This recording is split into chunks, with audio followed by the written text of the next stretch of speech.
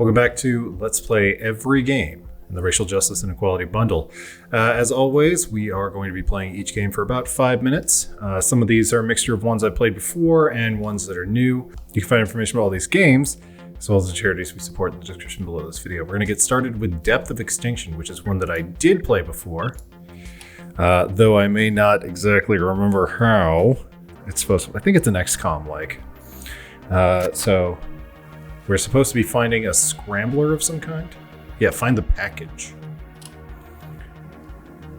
Yeah, see, I've got my little dudes.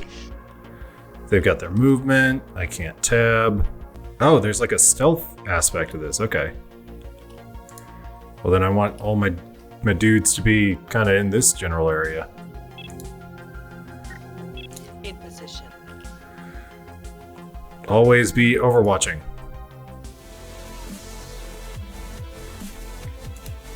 Oh, I like the dubstep. That's nice. Do I not have... Oh, yeah, I do have. Put him down. Heading out. Do I use up both my action points? I sure do. It looks like I get a reaction if they see me, though. I'm hit. I know.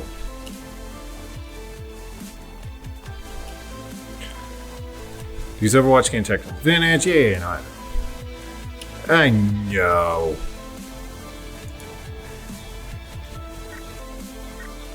Oh, I don't have line of sight to anybody, but I do have Overwatch. Pow! Oh, whoops. I destroyed part of my cover. Grab that. Let's see what's going on with this here package. At once. I guess both of you. Ooh, a rusty shotgun. That's easier said than done, game. Apparently nobody heard the gunfire, and the alert level is still low. Oh god, a pincer maneuver. Any incomplete actions. Okay. So I can get here with my reaction. Oops.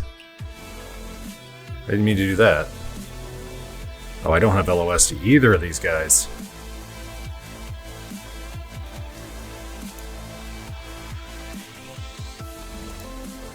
Get him.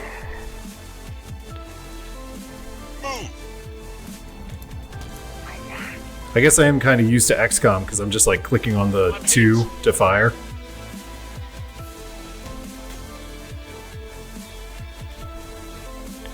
Oh, good miss. This will give me, yeah. Totally fine. Pow! At once. The old classic, using the same cover. As you wish.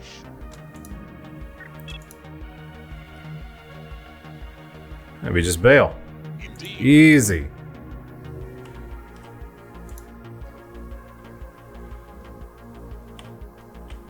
Luckily, we're not leaving in a hail of gunfire, as is usual when I'm playing XCOM.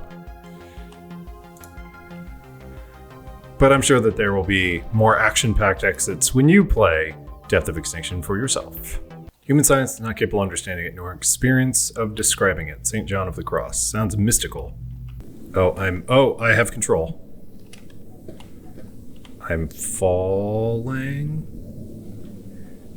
Am I an alien? Am I Lucifer? Am I using the right stick to look around? Oh, I guess I am. Something over there. Let's go investigate. As soon as my feet hit the ground.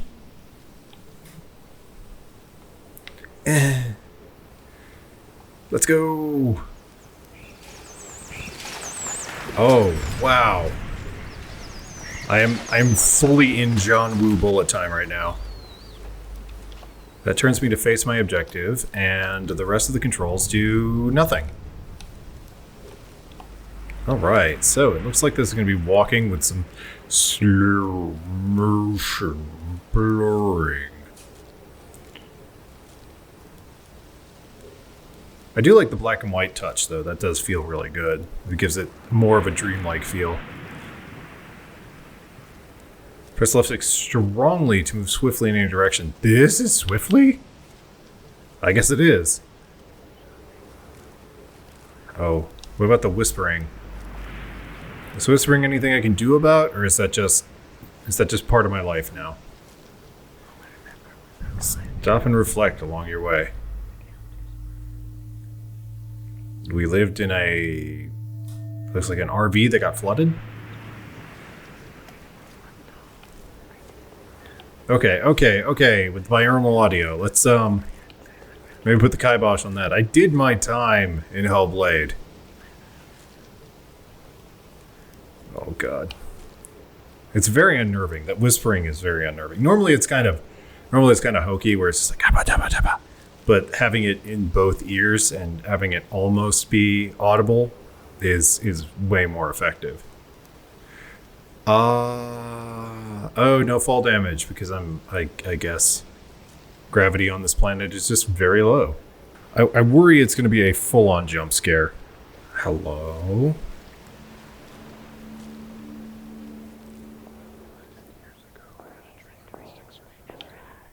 Oh, this is a big trailer. This is one of them octuple wides I've been hearing so much about.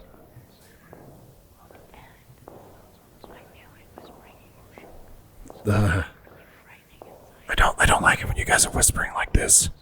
Can we just speak up, please?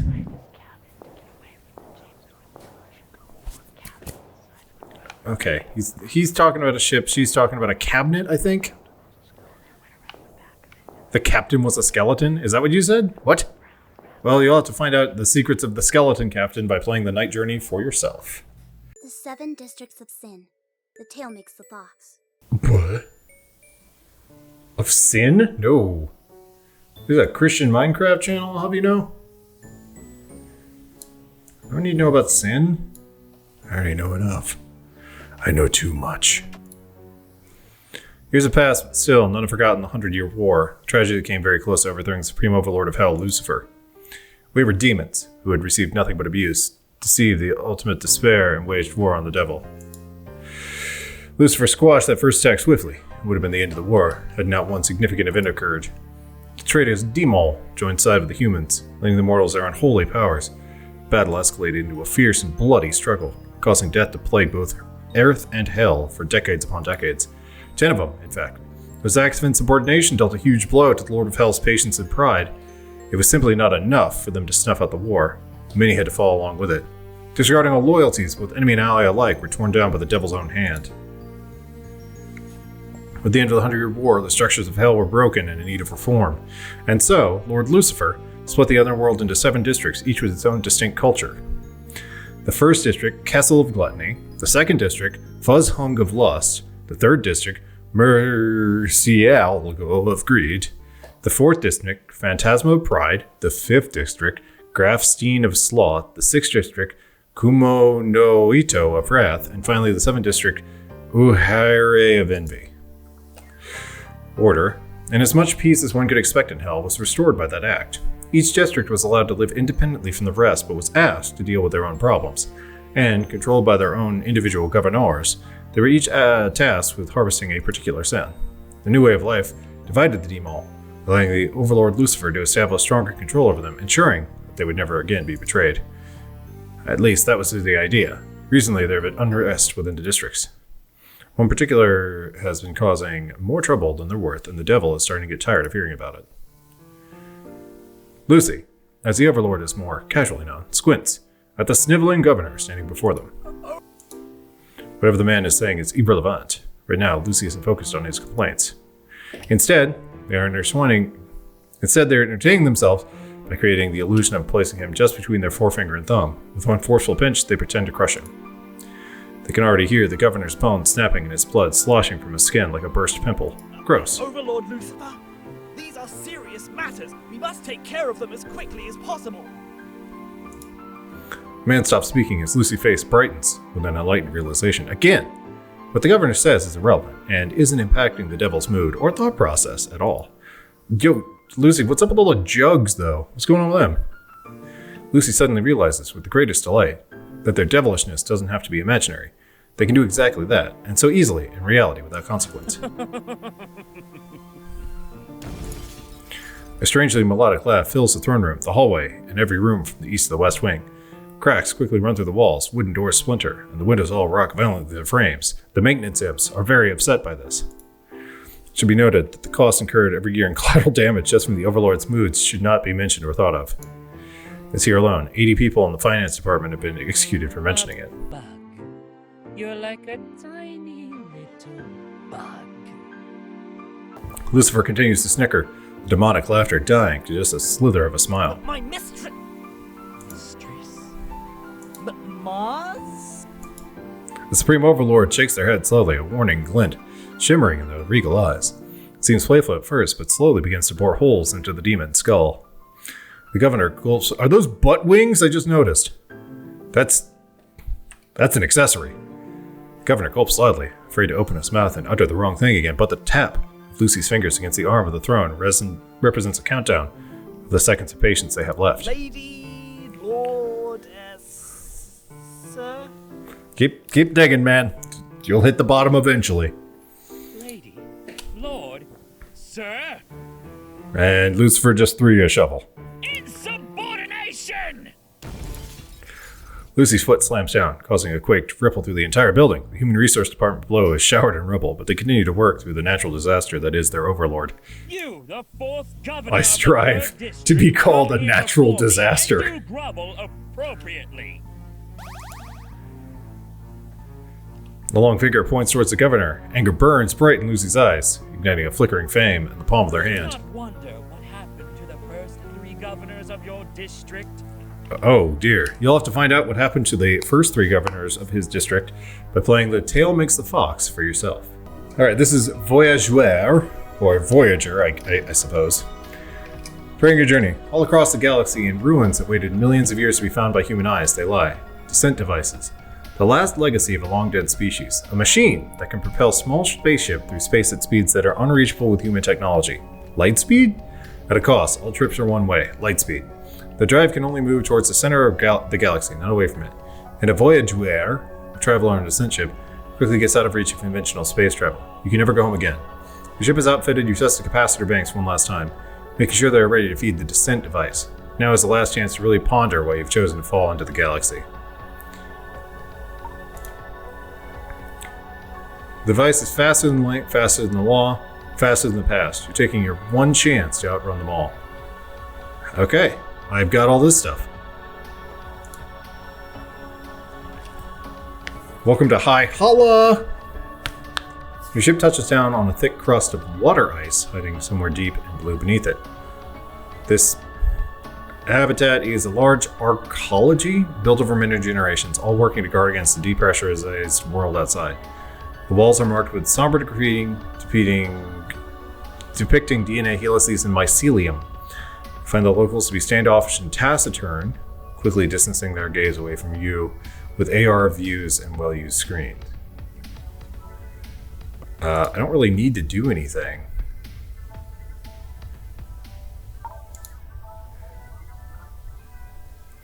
Oh, I don't really have any small goods. I do have 800D. So let's buy one of them. All right, off we go. People here have settled into an impoverished township built out of spaceship husks, connected by pressurized corridors underground. That sounds cool. Most walls here are filigreed with climbing vines, chemically directed to grow in the shape of decorative arabesques. The bustling crowds of locals contrast sharply against the desolate landscape outside the habitat. The walls are marked with beautiful graffiti, depicting mycelium and schematics for cybernetic augmentation. That's cool. Ooh, let's investigate. It's a moderately difficult hike, burdened by an exosuit over the trackless wasteland of this world, but soon it appears on the horizon. Away from the habitats, out in the bleakly frozen surface, the people of this world have built a vast structure out of ice. The frozen, compacted volatiles are sometimes white like marble, sometimes polished to a high sheen, often lit from the inside by lamps embedded in the frozen material. In the trace atmosphere, it will remain here for millennia unless disturbed by human hands, and so, spontaneously, this colossal work of art has sprung up out of the ice. I got bonuses to my sights of the galaxy, I guess. What does that mean? Oh, okay. Anything I can sell at the market?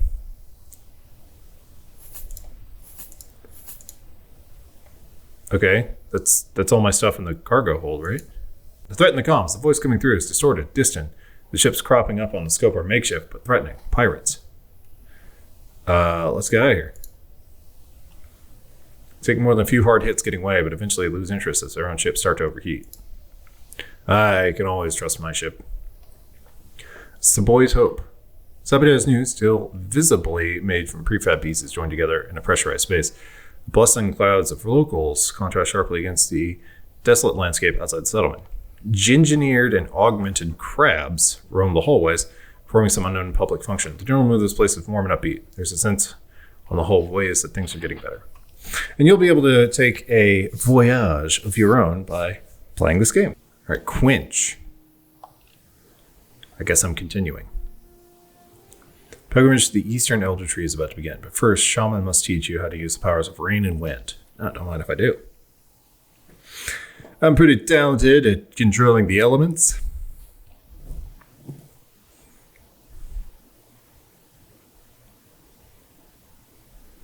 Am I an elephant? Once every generation, the elephant tribe makes a grand pilgrimage. I guess so. Cool. I'm an elemental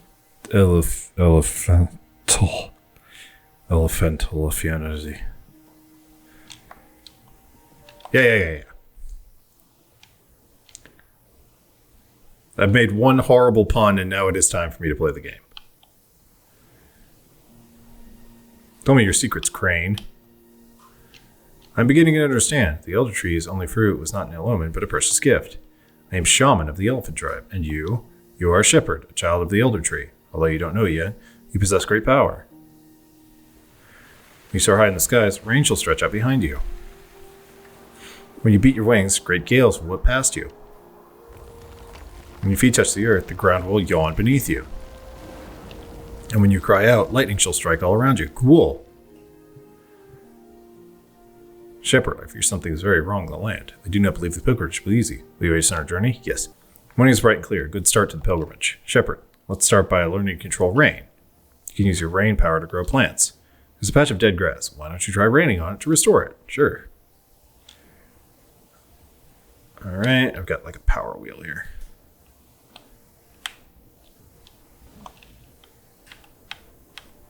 Oh, cool. Ah, that was a grove. You revive a grove, gives you more power. You should definitely keep an eye out for those. I think there are 2 more nearby. So I just right,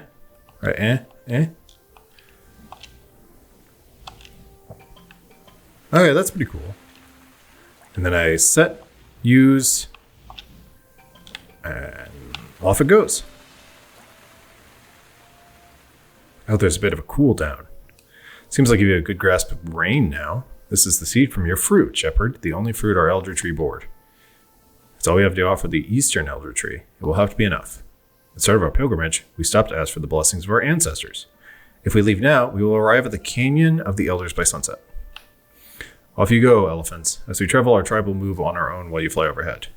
All animal tribes graze as we move. We need to eat grass to keep our stamina up. If we are traveling on dead grass, rocks, or sand, we can't graze. When our stamina runs out, the weakest among us may die. Rain can give us grass to eat by bringing life to the land. Grass and scrub. Okay, so those 2 are good, those 3 are bad. Got it. There's a resting tree ahead, but as a wizard, you know what to do. Make it rain on the elephants. There we go. We'll rest here a while as you fly on and scout the path ahead. You can bear some rain here, the grass will give us more stamina for the journey ahead. Sometimes sand collects here, slows us down and prevents trees from growing. Can you use wind to clear a path for us and dig out our resting tree so we can grow? I think there's a wind grove nearby. Okay, you'll have to find out about all this by playing Quench for yourself. That's going to be the last game in this episode of Let's Play Every Game in the Racial Justice and Equality Bundle. I hope you've been enjoying the series. If you do, make sure to drop me a comment, leave me a little like so I know you're having a good time. Don't forget to subscribe on YouTube, follow me on Twitch, and be sure to hit that bell for more videos like this every single weekday. You can find more information about the games we played and the charities we support in the description below this video. You can find me on social media at the Siege Andrew on Twitter and Mastodon, facebook.com/s15studios, s-15studios.squarespace.com, and s-15studios.itch.io. Once more, hope you had a really good time, and I'll see you next episode.